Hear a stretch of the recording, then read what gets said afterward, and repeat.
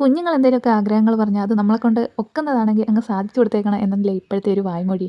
അപ്പോൾ ഈ വായ്മൊഴിയൊക്കെ പണ്ടേ ഉള്ളതാണ്. നമ്മൾ പലപ്പോഴും പറയാറില്ലേ ചിലതൊക്കെ പറഞ്ഞിട്ട് പണ്ടുള്ളവർ പറഞ്ഞതാണ് എന്നൊക്കെ. ഇപ്പോൾ നമ്മൾ പറയുന്ന പല കോട്സും അടുത്ത തലമുറ പറയുമായിരിക്കും അത് പണ്ടുള്ളവർ പറഞ്ഞതാണെന്ന്. അപ്പോൾ നമ്മളും പഴയതാകുമായിരിക്കും അല്ലേ? അപ്പോൾ ഞാൻ ഇന്നുണ്ടാക്കാൻ പോകുന്നത് ഒരു പൊതിച്ചോറാണ്. എൻ്റെ 2 കുഞ്ഞുമക്കളും പറഞ്ഞിട്ടുണ്ടായിരുന്നു അവർക്ക് രണ്ടാൾക്കും നാളെ സ്കൂളിൽ ഉച്ചക്കത്തേക്ക് പൊതിച്ചോറ് കിട്ടി കൊടുത്തയക്കണം. സ്കൂളിൽ ഒരുപാട് പേര് പൊതിച്ചോറ് കൊണ്ടുവരുന്നുണ്ടെന്ന്. അപ്പോൾ ആ ആഗ്രഹം സാധിച്ചു കൊടുക്കാനുള്ള ഓട്ടപ്പാച്ചിലായിരുന്നു ഇന്നത്തെ രാവിലത്തെ പരിപാടി. അപ്പോൾ എനിക്ക് ഇക്ക ഇല വെട്ടി തന്നു. അപ്പോഴത്തേക്കും ഞാൻ ദാണ്ടെ നമ്മുടെ പൊതിച്ചോറിന് ആവശ്യമായതെല്ലാം റെഡിയാക്കി വെച്ചിട്ടുണ്ട്. ഇനി നമുക്ക് പൊതിച്ചോറ് കെട്ടാം.